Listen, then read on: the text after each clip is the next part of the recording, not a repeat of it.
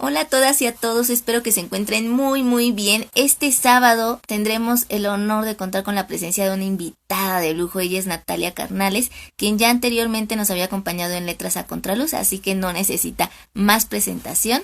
Le vamos a enviar invitación para que se pueda unir a este en vivo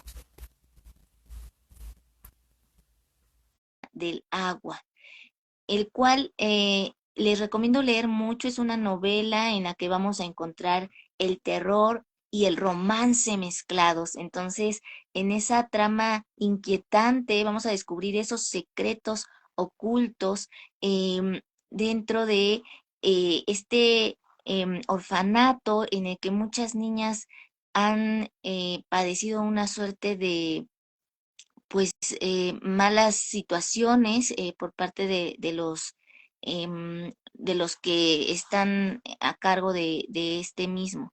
Entonces, desde la portada ya está también presente algo muy simbólico y es lo que vamos a descubrir hoy al platicar con la autora, Natalia Carnales. Em, Le vamos a volver a enviar la invitación. Mm. O si puedes enviarme tú, Nati, a eso. Ya, ahí estamos. Hola, Natalia, ¿cómo estás? Hola, buenas noches, Ana, ¿qué tal? Muy contentos de que hoy nos acompañes nuevamente aquí en Letras a Contraluz. Ya nos habías hablado de otros de tus libros, entonces estamos muy honrados, de verdad. Y hoy nos vas a hablar de Beber, la niña del agua. Corrígeme si lo pronuncié mal, por favor, con toda confianza. No, está bien, está bien, está bien dicho. Eh, Me gustaría saber cómo surge la idea de escribir Beber, la niña del agua, y por qué intitularlo así. ¿Por qué te interesó hablarnos de las nornas, de estas tejedoras de destinos? Bueno, a ver, la idea de Weber surge a través de un relato que estaba ambientado en 1870, que es donde está ambientado Weber, y a raíz de eso dije, uy, pues este relato da para más. Tengo que hacer una novela, tengo que crear una historia con esto. Entonces, realmente lo que hice fue, pues, tirar a la basura, como quien dice, ese relato y comencé, bueno, a preparar lo que es la escaleta de lo que hoy en día es Weber, así surgió.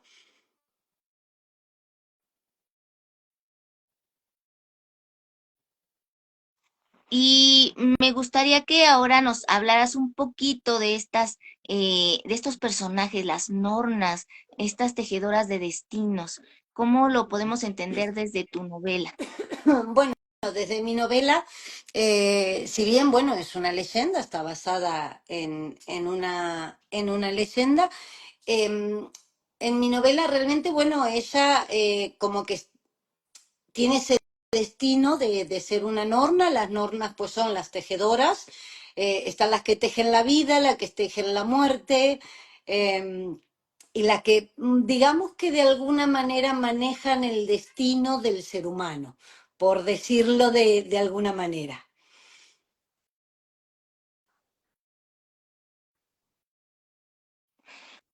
Ahora me gustaría que nos pudieras compartir, la ambientas en Londres, en el año de 1870. Em, ¿Qué es lo que te conduce también a, a buscar que a través de retrotraernos en el tiempo, de llevarnos a otra época muy distinta a la que estamos viviendo, de todos modos se genere cierta empatía con esos personajes, con Fiona, con Dominic, con las pequeñas? Bueno, a ver, no podemos desvelar mucho porque realmente no podemos hacer spoiler, pero por un motivo que tiene la trama era muy interesante que sucediera en la época victoriana, ¿no? Era muy interesante que, vamos, en lo que era la revolución, la segunda revolución industrial.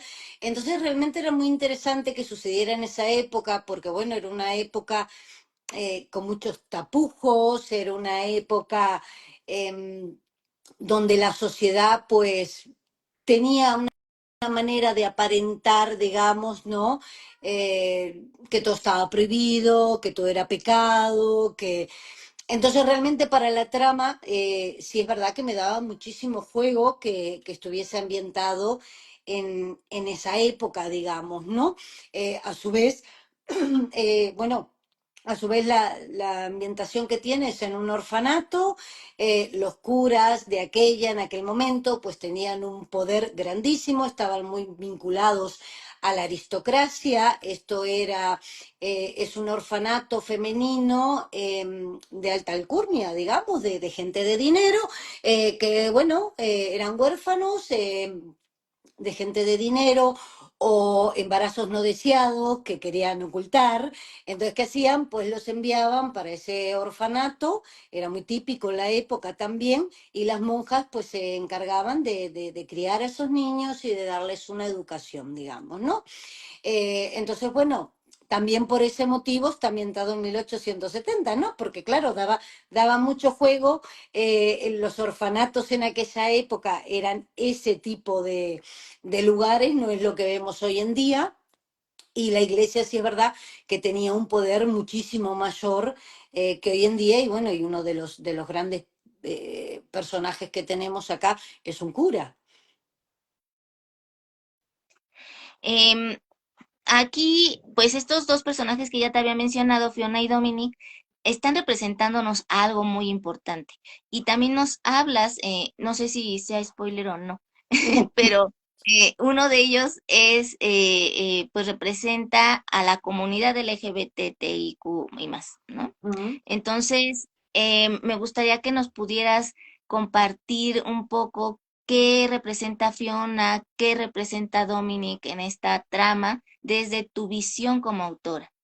Bueno, Dominic, hay que decir la verdad, a ver, Dominic empezó como un personaje más bien secundario, digamos, ¿no? Fiona era el personaje principal realmente de toda esta trama, ¿no? Lo que pasa que, bueno, después surge Dominic, que Dominic surge eso como un personaje secundario, que si bien iba a tener una relación con el personaje principal, pero no sabía yo muy bien cómo llevar el personaje realmente. Y sí me pareció muy interesante hablar de lo que era, pues ser transgénero, ya que lo dijimos, ¿no? Pues ser transgénero en esa época, porque realmente existían en aquella época, había gente que también tenía ¿cómo es? Esa orientación, y realmente no, vamos, fue gente que sufrió muchísimo, que lo pasó muy mal y que luchó mucho por sus derechos, y si, vamos, gracias a ellos hoy en día realmente tenemos los derechos que tenemos, ¿no? Es decir, entonces, para mí era muy importante, entonces, claro, Dominic empezó a coger poder en la novela, empezó a coger poder en la novela, y a la hora de la verdad, tú cuando lees la novela, el personaje principal te parece Dominic, no te parece Fiona, porque Fiona fue como perdiendo, porque bueno, siempre decimos los escritores, ¿no? Que los personajes nos hablan, ¿no? Y cobran vida y al final hacen lo que quieren. Bueno, pues fue un poco lo que me pasó. Dominic pues fue cogiendo poder en esta historia, y al final, claro, terminó siendo, vamos, el personaje principal, el cual adoro, por supuesto, porque el cariño que le tengo a él no le tengo a ninguno de los otros personajes, la verdad. Recuerdo que también al final de tu libro, pues pones que varios de los personajes están basados en hechos reales, ¿no? Y nos pones una lista de todos los, aquellos que también fueron transgéneros y que, pues, les haces como un homenaje, de cierta manera, a través de tu novela. Me gustaría que ahora nos pudieras compartir. La vez pasada nos decías que en uno de tus libros había participado tu hija haciendo la portada. En esta ocasión fue la misma situación. ¿Quién hizo esa bella portada? ¿Qué está simbolizándonos desde lo que tú nos puedas comentar al respecto? Bueno, sí, la portada, a ver, vamos por partes. El tema de que está basado, sí es verdad que al final del libro, pues les comento un poco en qué personajes reales que existieron basé para crear a Dominic, porque claro, cuando yo me planteo el crear a Dominic y decido que quiero que sea transgénero, lo primero que te piensas es, ¿en esa época era posible? Eso existía, es decir, porque claro, entonces nada, investigación y sí, y había un montón, y había médicos, y había militares que lucharon en Estados Unidos que eran transgéneros, sí, sí, sí. Inclusive hay uno de ellos que fue el primero en recibir una operación de cambio de sexo. Tú fíjate que estamos hablando en el 1870 y de aquella ya estaban intentando conseguir lo que era la operación de cambio de sexo, increíble. Entonces, sí es verdad que al final, pues tenéis bien detallado todos los personajes reales, digamos, toda la gente que existió, en la cual yo me basé para crear a Dominic una manera de homenaje, una manera de agradecimiento y una manera de que esos nombres tampoco queden olvidados en el tiempo, porque hoy en día es muy valioso si bien luchar por los derechos de todos, no olvidar estas personas que fueron tan importantes en unas épocas tan difíciles, ¿no? En la portada, segunda pregunta, la portada, sí, la portada me ayudó mi hija a hacerla, como siempre, siempre la parte creativa de lo que es la portada o si tiene ilustraciones y tal, solemos trabajar en equipo, vamos tirando ideas, hacemos una lluvia de ideas y a raíz de eso pues va surgiendo y sí, fue al final lo que surgió fue esa portada que la encontramos muy significativa para la trama, vamos. Em, Me gustaría que nos pudieras compartir un fragmento de tu novela, ya sea del inicio, de la parte del desarrollo o ya Sí, cercano al final, como tú decidas. vale. Pues vamos a leer algo del medio Ah, perfecto. que me parece muy significativo para que se hagan un poco la idea cómo es la historia, ¿no? Y Sí. dice, la monja sintió los pies húmedos y bajó la mirada para poder ver cómo un charco se iba formando debajo de ella. El líquido olía podrido. Podía sentirlo claramente en la nariz. Agua hedionda, putrefacta que se transformaba turbia por momentos. Una pequeña forma humanoide salió del charco y se abalanzó sobre ella, empujándola con fuerza contra la pared para irse introduciendo por todos sus orificios, obligándola a que la absorbiera por completo.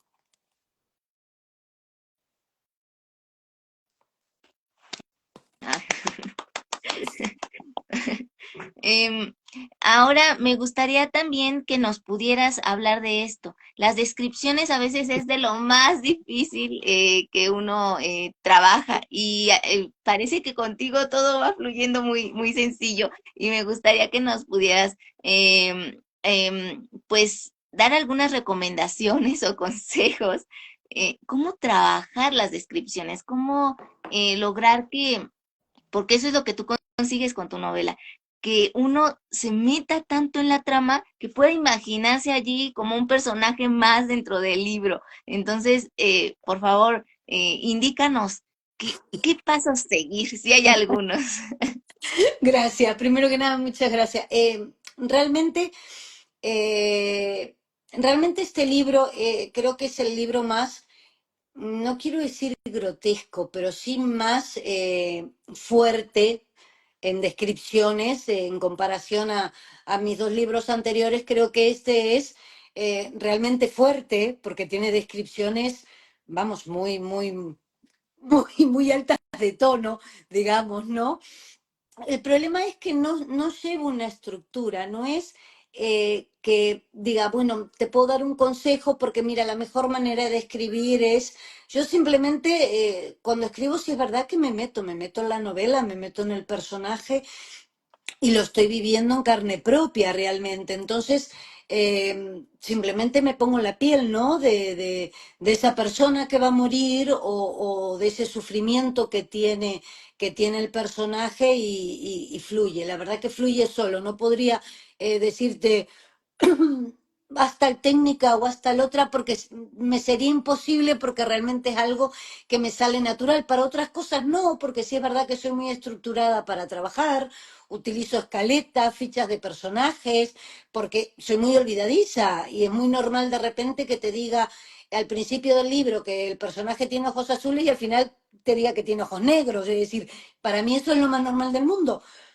Pero sin embargo, la hora de las descripciones es en el momento que sí dejo pues volar la imaginación y que salga la creatividad, digamos, ¿no? En el resto soy muy estructurada, es verdad que tengo capítulo por capítulo montado y sé lo que va a pasar en cada momento hasta el final, pero a la hora de cuando me toca desarrollar ese capítulo, ahí es cuando, digamos, suelto las riendas y digo, bueno, ahora sí, me dejo llevar. Entonces, consejo, obviamente, incentivar la creatividad está aquí, esto es un músculo, todos sabemos que tenemos que ejercitarlo como lo de los brazos de las piernas y la creatividad pues lo mismo, ¿no? Se ejercita y llega un momento que tiene muchísima más fluidez y ya lo haces natural, digamos, ¿no? Entonces, leer mucho, tratar de utilizar mucho la creatividad y a mí algo que me ha ayudado muchísimo en estos años ha sido escribir los relatos cortos para Instagram, porque son realmente relatos de 500, 600 palabras como mucho, que tienes que decirlo todo en un fragmentito así, y eso realmente te motiva muchísimo y te hace ejercitar mucho la creatividad y a la hora de crear te viene muy bien. Y después eso es verdad que se nota muchísimo cuando escribes una novela, sí, sí. Por acá Romy, dice Rubén Nemio, qué buena escritora y cuándo visita la Argentina. Romy, besote grande. Tengo unas ganas de ir a Argentina que me muero. Quiero ir, sí, sí, estoy deseando. Ojalá pueda ir pronto a visitaros todos por allá, porque ya te digo que tengo, vamos, y Romy nada, un besote grande, un grande también, un grande del terror, un crack. Me gustaría que ahora nos comentaras em, la evolución que has visto con respecto a tus anteriores libros y con Beber, la niña del agua. ¿Cuál consideras que han sido los puntos principales que han cambiado dentro de tu prosa? Uf, pues la verdad que el cambio ha sido muy grande. Sí, sí, indiscutiblemente el cambio ha sido muy grande.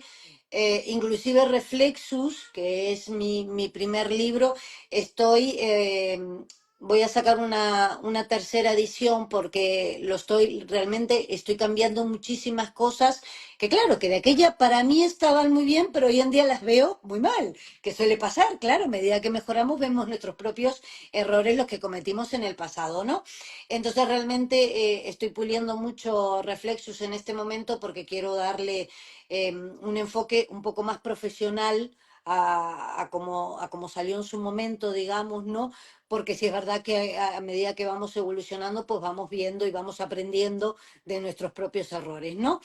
Eh, Mi narración ha cambiado cantidad, pero muchísimo, muchísimo. Ya desde el momento con Weber que me enfrenté a una novela. Yo estoy acostumbrada a libros de relatos cortos, que si bien Reflexus son relatos cortos que se unen entre sí y crean una historia en común, pero no dejan de ser relatos cortos. Es mucho más sencillo de escribir, por lo menos para mí, porque estoy acostumbrada a ello. Entonces, claro, cuando me enfrento a una novela, realmente me dio miedo. Dije, uff, yo no sé si podré hacer esto. No tengo ni idea si podré hacer esto porque, claro, no es lo mismo. Los personajes hay que desarrollarlos muchísimo más, tienen que tener más profundidad, las descripciones tienen que ser más contundentes, digamos, y dije, uff, no sé si esto no te quedará grande, Natalia, la verdad. Y poco a poco, pues despacito, con un poco de miedo a la página en blanco, como dicen, ¿no? Poco a poco, bueno, pues fui arrancando y tal.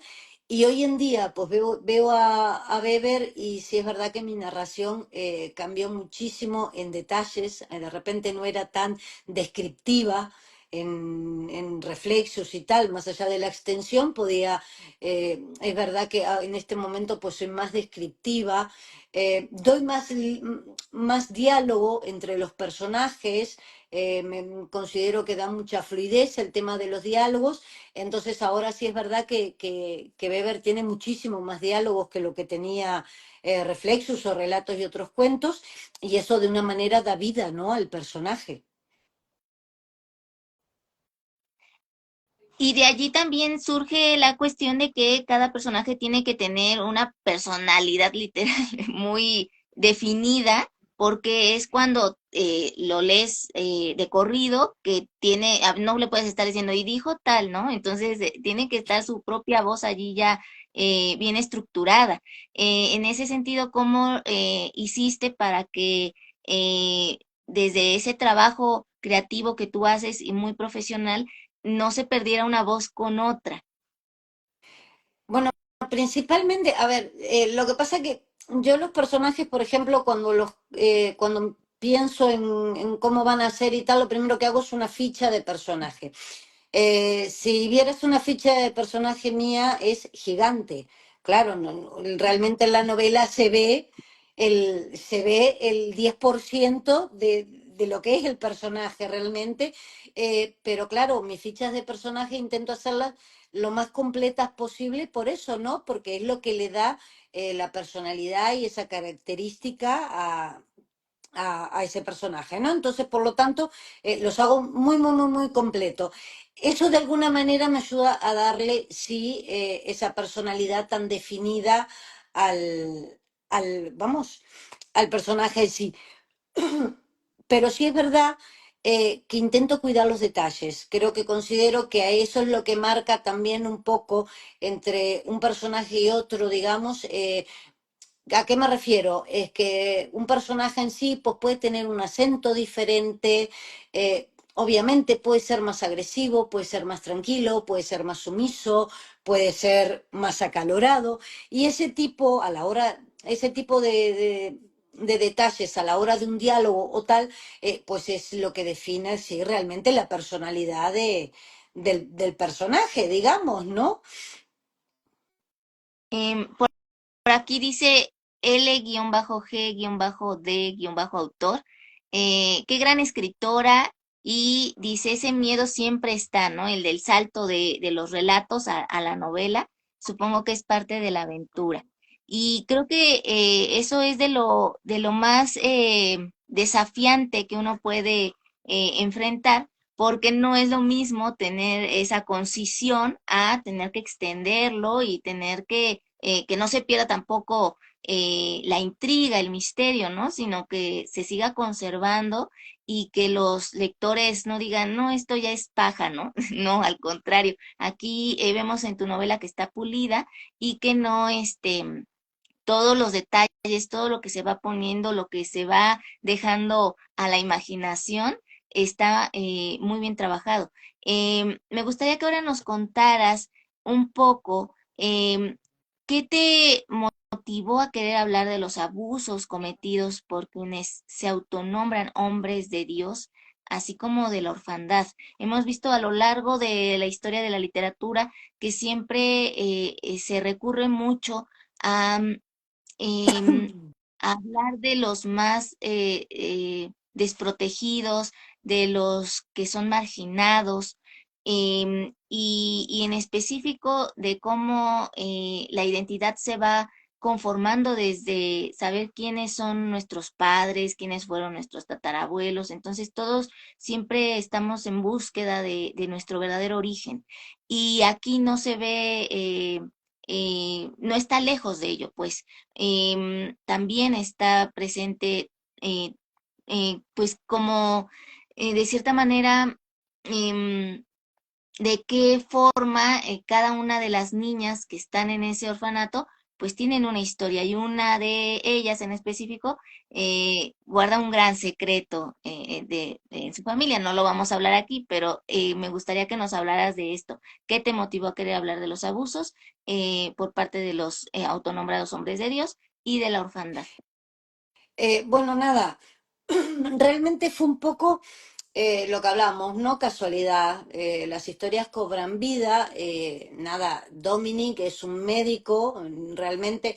Dominic es un médico que perdió toda su fortuna porque el padre se gastó todo el dinero en apuestas y el hombre necesita trabajar y desesperadamente necesita trabajar para poder salvar los pocos bienes que le quedaron, ¿no?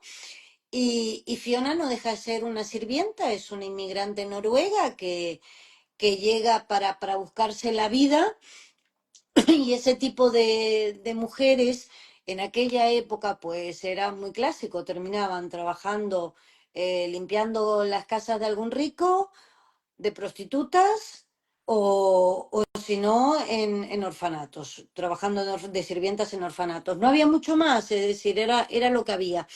Entonces dije, bueno, qué hago, no? Y claro, y a raíz de eso, pues claro, surgió la trama realmente original o la trama central que tiene la novela. Surgió a raíz de eso, de que decía yo, digo, bueno, ¿dónde voy a meter estos personajes? Mira, los voy a meter a trabajar en un orfanato. Fue así. Y a raíz de eso, pues surge, claro, surge la historia que viene con las niñas y tras. Está claro, sí, obviamente, que tenemos muchos escritores o en la historia, como dices tú, cierto morbo por escribir sobre la Iglesia Católica y todos los crímenes que han cometido. Yo realmente no es algo que escriba por el hecho de que quiera castigar o que no, o que esté en contra de la religión católica, ni mucho menos. Lo que pasa es que lamentablemente en esa época el 90% de los crímenes, sí es verdad, que los cometía la Iglesia Católica. Es decir, lamentablemente hicieron, vamos, a nivel histórico fue grandísimo el desastre que hizo la Iglesia Católica. eh, que es conocido por todos. Entonces, realmente por eso es que utilicé un orfanato y por eso es que utilicé a la Iglesia Católica, porque obviamente los curas y las monjas eran los que regentaban ese tipo de lugares en esa época. Y el orfanato, pues sí, realmente me daba mucho juego para la trama principal de la novela. Con sus pasadizos secretos y demás que van a ir descubriendo cuando lean Beber, la niña del agua. Y me gustaría ahora, por otra parte, Natalia, que nos contaras, ahorita incluso en todo el mundo pues está viviendo la situación de los inmigrantes. Entonces todavía cobra mayor fuerza tu novela en este sentido y en este plano porque estás hablando de un tema muy actual. Me gustaría que nos dijeras, ¿tiene que ver un poco con lo que se está viviendo, que te basaste también en ello, o ya tenías tú la idea muy independientemente de lo que en la actualidad, pues varios países están sufriendo? Eh, Claro, a ver, el tema de que Fiona sea inmigrante era realmente por el hecho de que era una norma y claro, y ella estaba en Noruega y de alguna manera quiso escapar de su familia y de su destino. Entonces, obviamente, vamos, de manera obligada tenía que ser una inmigrante. Sí es verdad. Que intenté ponerme lo más en la piel posible de ella. Yo soy inmigrante, yo soy de Uruguay, hace 20 años que vivo en España, pero soy inmigrante. En otra realidad totalmente diferente, en otro tiempo totalmente diferente. Pero sí es verdad que en aquella época ser inmigrante era muy duro, era muy difícil. Eran personas que realmente iban por un sueño de abundancia, de riqueza, de una vida mejor, de salir de la miseria y muchas veces terminaban peor de cómo estaban. Entonces, de aquella época era muy normal que terminaran lo que te decía de prostitutas o muertas en la calle o vamos, en fin. Entonces, no fue por un tema de actualidad, ¿no? No quise que fuera un inmigrante por un tema de actualidad. Sí es verdad que le puse mucho cariño al personaje, porque de alguna manera sí me siento identificada sin vivir todas las penurias, obviamente, que vivió Fiona, ¿no? Porque bueno, a mí en España, gracias a Dios, yo, vamos, es mi segundo país, como digo siempre, porque a mí siempre, todos los años que hace que me han tratado divinos y soy una más. Pero sí es verdad que, bueno, que tienes ese sentimiento de dejar tu tierra, tienes ese sentimiento de dejar parte de tu familia, tus costumbres, tu manera de vivir, ¿no? Y tienes que adaptarte a lo nuevo. Entonces sí es verdad que eso me ayudó muchísimo a ponerme en la piel de Fiona para desarrollarla, eso sí. Y de hecho todavía, o sea, aún cuando ya ha pasado el tiempo, muchos migrantes sufren el llegar a un nuevo país y son muchas penurias en muchos sentidos. Entonces, por eso yo pensé que también te habías basado un poco en ello, pero ya nos lo has aclarado. Ahora, ya para ir concluyendo, ¿cuál es la complejidad del ser humano en esa época y en la actual desde tu punto de vista? Pues a ver, en esa época pues era muy complicado. En esa época era realmente complicado. Ya no solo a nivel social, a nivel de los nobles, digamos, porque sí, es verdad que todo el mundo mira a los nobles de aquella época y se piensan que vivían genial y realmente eran todo fachada, como digo yo, estaban muy basados en la moralidad y realmente por detrás de esa moralidad cometían aberraciones, era exagerado, ¿no? Estaban siempre preocupados por una imagen y tenían que sostener esa imagen a base de lo que fuera. Entonces, ser noble era complicado. Ya ni hablemos de lo que era ser inmigrante y pobre como Fiona, ¿no? Esa gente era exagerado. En Londres, en esa época, tú fíjate que el 90% de los inmigrantes pues vivían en la miseria, en suburbios. em, los estudios que estuve haciendo, que inclusive lo nombro en la novela, en habitaciones, pues dormían 60 o 70 personas por 3 peniques que les cobraban para pasar la noche y eran, creo que eran 3 peniques con derecho a una cama o 2 peniques y podías dormir apoyado de una cuerda que caía del techo, que estaba atada al techo, hasta el suelo. Y tú, vamos, por 2 peniques podías dormir apoyado en esa cuerda.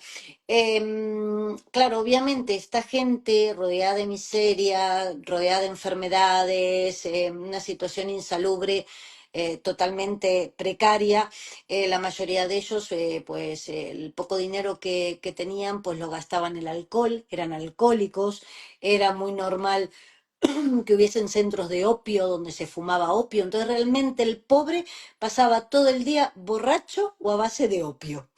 Esa era la realidad para evadirse de lo que estaba pasando. Obviamente las enfermedades eran increíbles, la falta de sanidad era, vamos, brutal.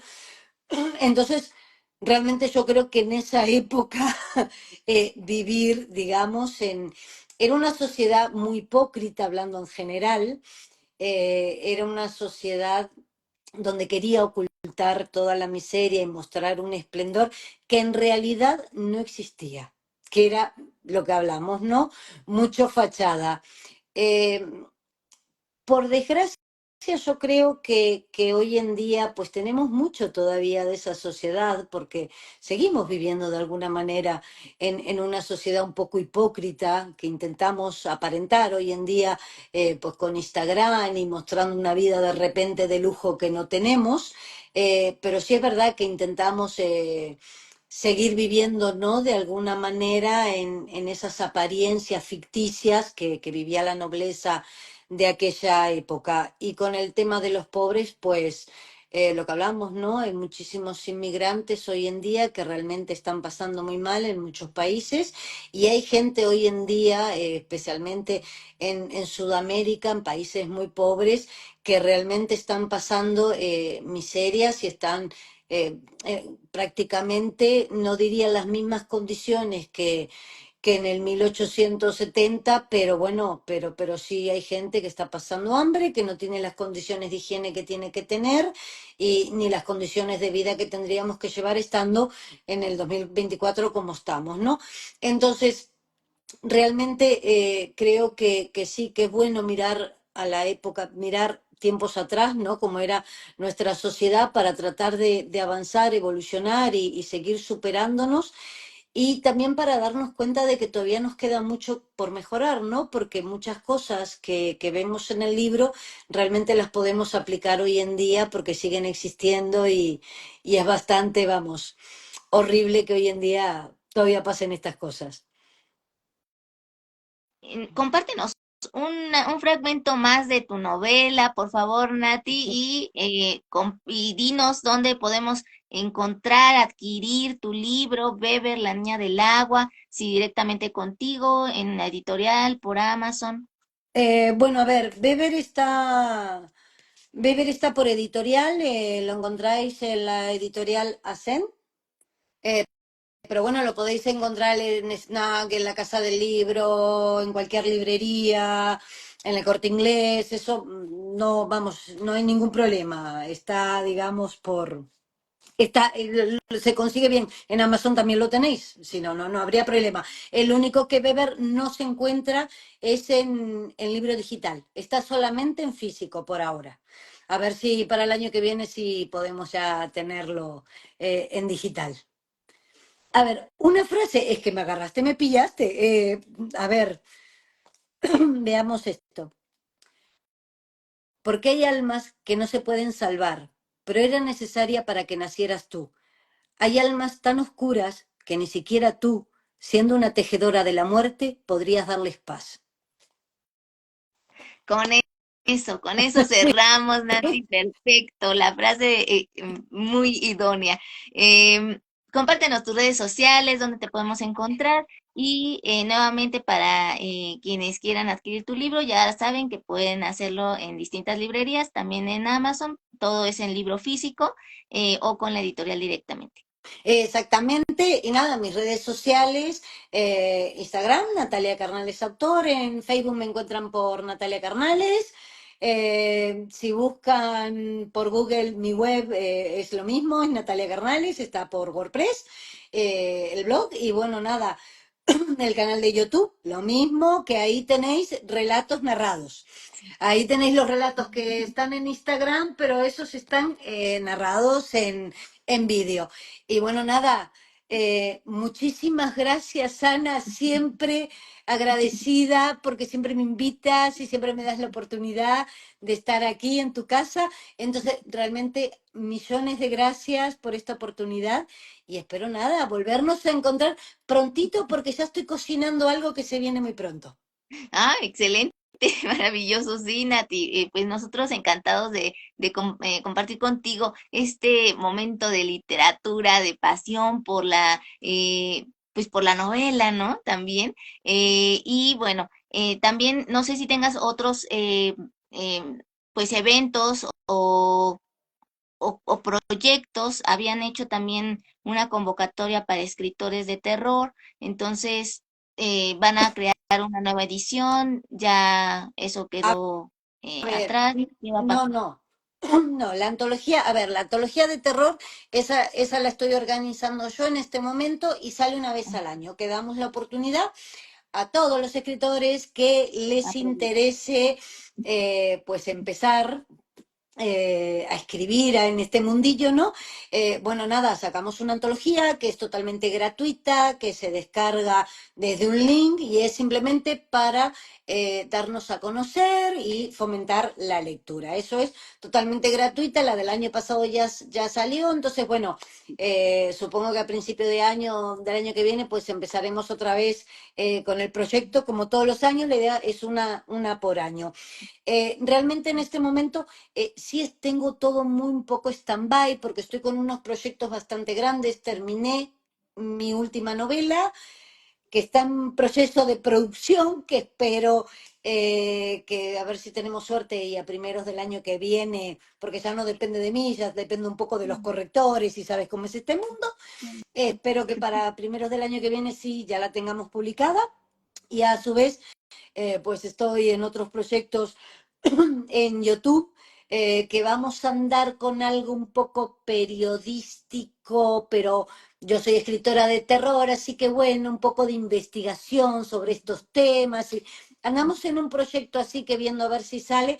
Entonces, sí, realmente tengo todo muy paradito porque me quiero centrar en eso. Entonces, pues, sí, es verdad, pido disculpas a la gente que no he subido relato, no he hecho nada en Instagram, pero es que realmente quiero, como es en este momento, centrarme en los proyectos que tengo porque quiero que salgan para el año que viene y que salgan bien.